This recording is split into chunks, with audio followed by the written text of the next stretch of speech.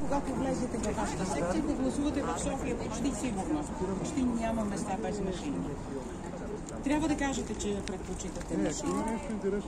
Член на секционната избирателна комисия ще ви даде такава карта. На нея ще пише за...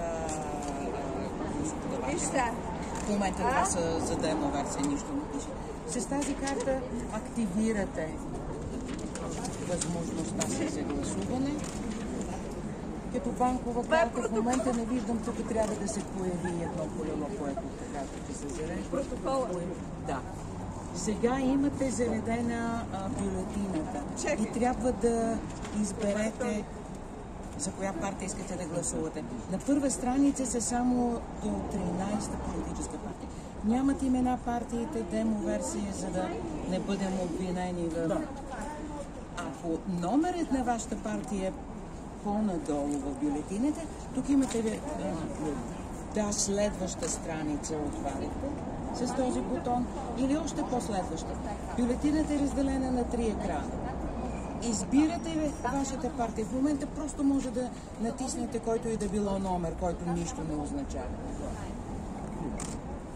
Имате възможност също да гласувате да дадете своята преференция към един от кандидатите.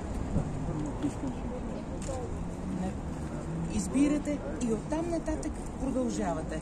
С преглед, имате бутон преглед, с този бутон виждате какво сте избрали. И имате възможност или да потвърдите избора си, или да се върнете назад. Тук се показва какво сте избрали. Ако това е вашият избор, гласувате. Ако сте сгрешили, по грешка с пръстът ви отишъл другаде, се връщате. Това е вашият глас, проверявате го, сгъвате го и го пускате в кутия. Взимате тази карта, връщате я на секционната избирателна комисия и те ви връщат вашата лична карта. Да.